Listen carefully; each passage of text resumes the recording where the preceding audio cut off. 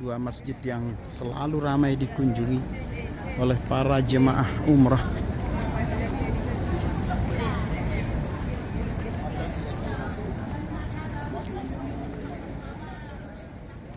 Jadi kalau saat ini sebagaimana tadi Ustadz Munir sampaikan, ada orang menganggap bahwa dirinya orang suci, yang bahkan mengatakan ulama 25 nabi itu gak ada apa-apanya dibandingkan dengan orang yang bodoh sekalipun yang ini.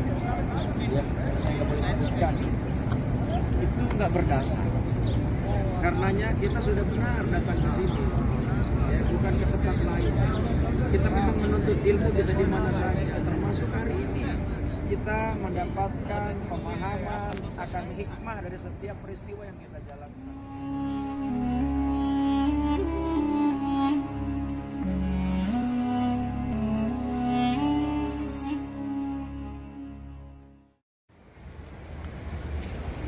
Assalamualaikum warahmatullahi wabarakatuh.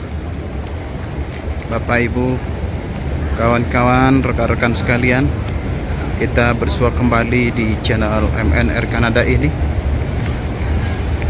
Kali ini saya memandu bapak-bapak, ibu-ibu berjumlah 8 orang mengunjungi masjid yang bersejarah yang ada di sekitar Masjid Nabawi ini. Jalan kaki. Ini kita jalan sore.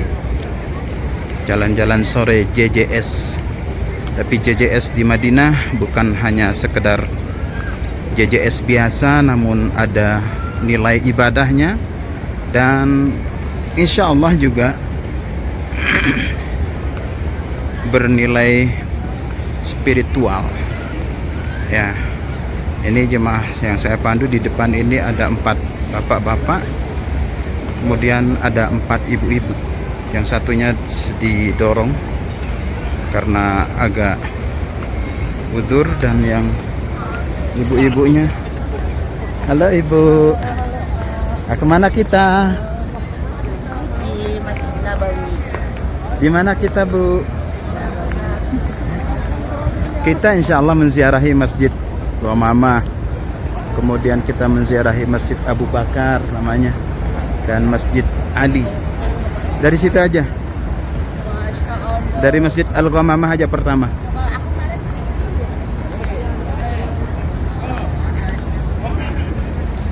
Nah, seperti ini suasana di pelataran Masjid Nabawi kalau di sore hari. Keren.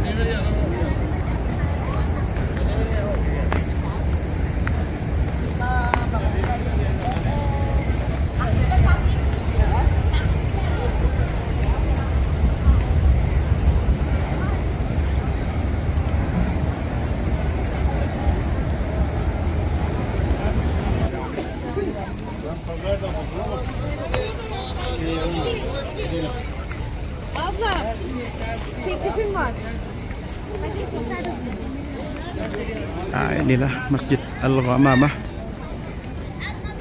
dan di depan kamera ini adalah Masjid Abu Bakar. Yang ini nih Bapak Ibu.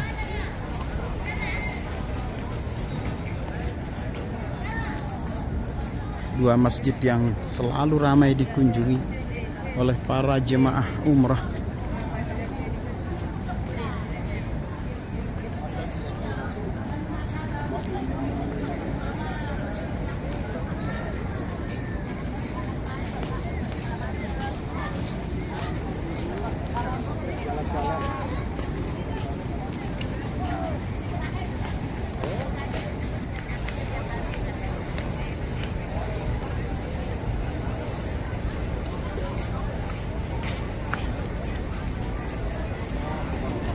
Waalaikumsalam warahmatullahi wabarakatuh.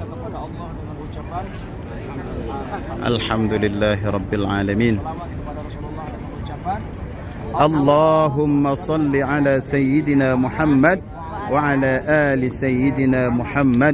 Terbukti sudah bahwa kemuliaan Nabi, bahwa karomahnya Nabi, bahwa kasih sayangnya Nabi dengan kita saksikan.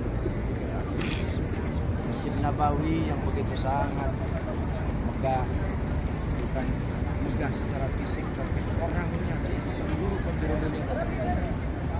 Dan bukan saja nabinya, para sahabatnya pun ternyata terdampak pula. Kenapa? Karena ucapan Nabi semuanya benar.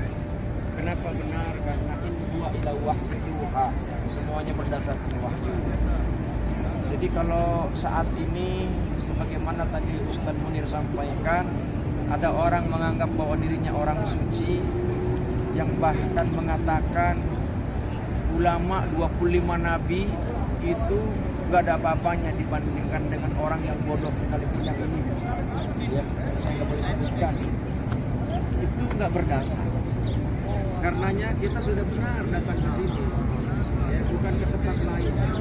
Kita memang menuntut ilmu bisa di mana saja, termasuk hari ini kita mendapatkan pemahaman akan hikmah dari setiap peristiwa yang kita jalankan.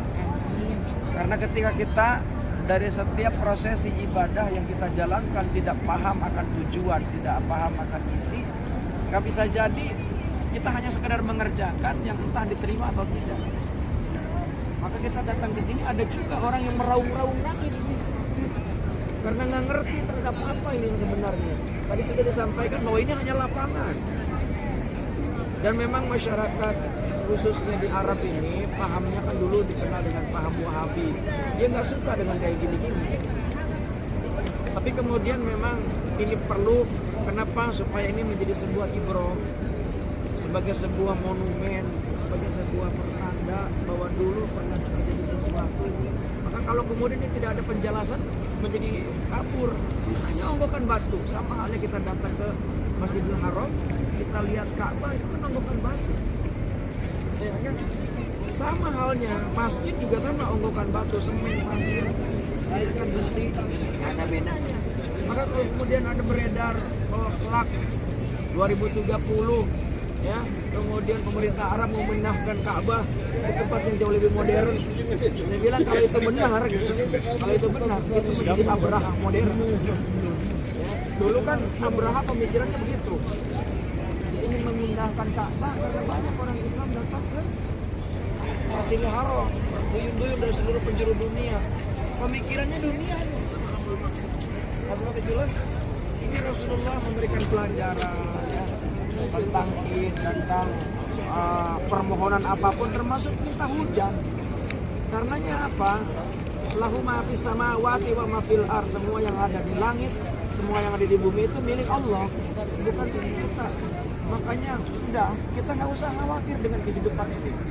Kita memang ibadah nggak dijamin, tapi ternyata Allah juga memberikan jaminan kepada kita. Jaminan apa?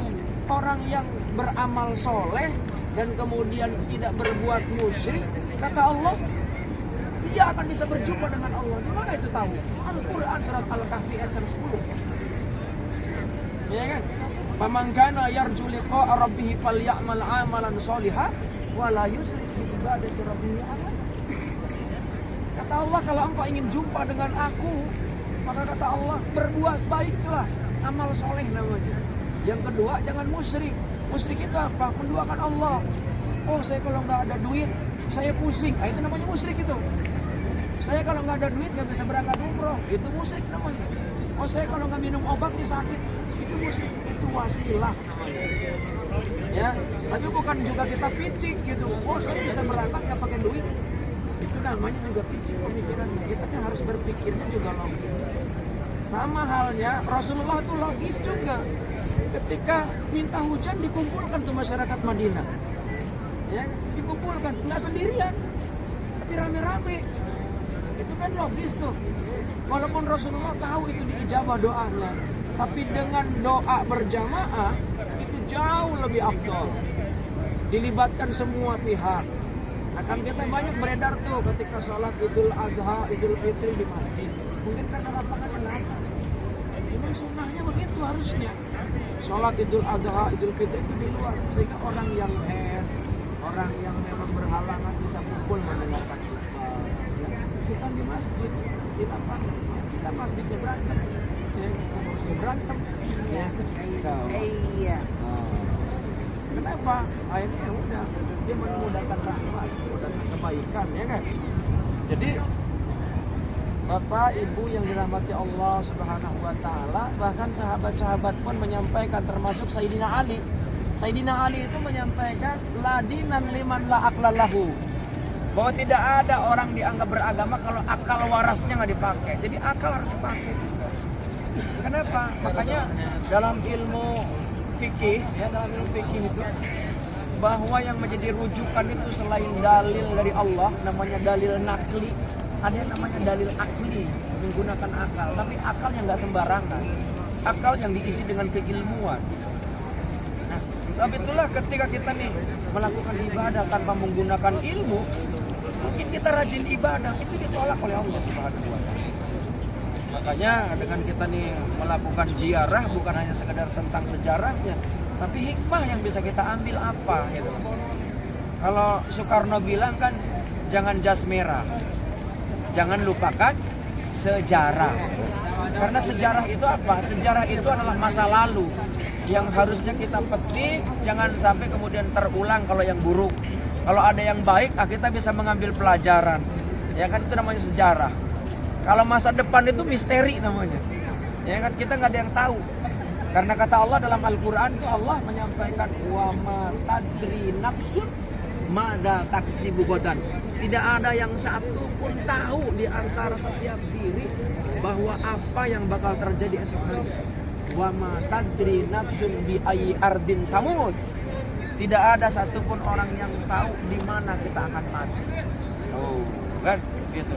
Kiai Haji Ma'mun Jubair itu kan meninggalnya sedang melaksanakan ibadah. Gak ada yang tahu. Kalau tahu mungkin keluarganya nggak ngizinin. Gak ada yang tahu. Sebab itulah kita berdoa memohon kepada Allah, mudah-mudahan kita selamat juga sampai tanah air. Amin. Ya kan? Oh, makanya jangan sombong, kita berserah sama Allah ketika kita di ziarah-ziarah gini. Tapi ini tetap dalam ibadah ini ada 3 hal yang harus kita perhatikan. Apa itu? Yang pertama adalah mabda. Mabda itu apa? Ketika kita beribadah itu harus ada rujukannya, dalilnya. Kalau dalam konsep ajaran Imam Syafi'i, Ahlus Sunnah wal Jamaah, yang namanya dalil itu adalah Al-Quran, ada Sunnah. Sunnah itu ada fi'liyah, perbuatan, qauliyah, perkataan, ada namanya takririyah, adalah persetujuan, ada hamiyah, adalah cita-cita. Apa yang direncanakan oleh Nabi dicita-citakan tapi belum tercapai, itu namanya cita-cita. Itu menjadi rujukan dalil juga, ya kan? Itu namanya sunnah, ya. Jadi ada Al-Quran, ada sunnah, kemudian ada yang namanya qiyas. Qiyas itu apa? Analogi, ya, perumpamaan, diumpamakan. Dulu nggak ada yang namanya KB. Nah, nggak ada KB zaman Nabi. Suntik KB apa, pakai vasektomi apa tubektomi. Adanya apa? Ajal. Ajal itu apa? Mohon maaf kalau kemudian saya ceritakan, bukan berbicara tentang porno. Ketika hubungan badan, spermanya dikeluarkan di luar, tidak di dalam, kemaluan istri. Itu namanya ajal. Maka kemudian dengan kias itu lahirlah yang namanya pemahaman tentang KB. Supaya apa? Tidak bersantunya sel telur dengan sel spermatozoa. Gitu. Maka kemudian itu namanya kias. Kemudian ada lagi ijma. Ya, ijma itu adalah kesepakatan, konsensus. Itu namanya dalil. Makanya ketika ibadah itu harus ada yang namanya mabda, rujukannya jelas. Ya, cuman ada pemahaman yang lain, ada yang ingkar sunnah, apalagi kias, apalagi ijma, dia langsung ke Al-Quran, tapi nggak konsisten itu, nggak konsisten. Kenapa? Ya nggak konsisten. Al-Qurannya pun dari Rasulullah kok, bukan nerima sendiri. Ya kan? Kemudian yang kedua dalam ibadah itu harus jelas manhajnya. Manhaj itu apa? Metode, cara.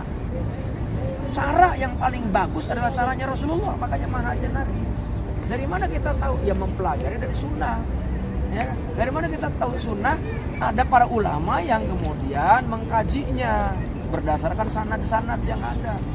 Kemudian apalagi setelah itu dalam ibadah itu, setelah mabda, manhaj, yang ketiga adalah ghoyah. Ghoyah itu apa? Ghoyah itu adalah tujuan. Setiap ibadah harus jelas tujuannya. Sama kita umrah itu. Kita datang ke sini tujuannya bukan belanja, tapi tujuannya adalah umroh. Umroh udah selesai. Kalau belanja itu sampingan, sunnah namanya. Apalagi niatnya untuk berbagi, bukan untuk diri sendiri. Maka semuanya harus dibalut dengan ibadah nilainya. Kalau semuanya dibalut ibadah sesuai dengan perintah Allah, wa ma khalaqtul jinna wal insa illa liya'budun. Tidak aku ciptakan jin dan manusia kecuali hanya untuk beribadah kepada Allah Subhanahu wa taala. Datang ke sini kita bukan liatin onggokan batu, tapi kita mendengarkan sejarah. Sehingga kita ada nilai ibadah, kita bisa mengambil pelajaran dan ya. Mungkin itu saja. Terima kasih. Assalamualaikum warahmatullahi wabarakatuh. Waalaikumsalam warahmatullahi wabarakatuh. Terima kasih Ustaz. Masya Allah. Jazakallahu ahsanal jaza. Semua menghadap ke kamera dulu. Masya Allah. Tabarakallah. Oke. Kita nggak dapat pakai ini ya. Yel-yel di sini nggak boleh. Iya. Pakai spanduk pun di sini nggak bisa. Iya. Pernah saya pakai spanduk langsung dicabut dan diambil. Rugi kita. Ya kan? Oke, kita bersua kembali di liputan berikutnya. Wassalamualaikum warahmatullahi wabarakatuh.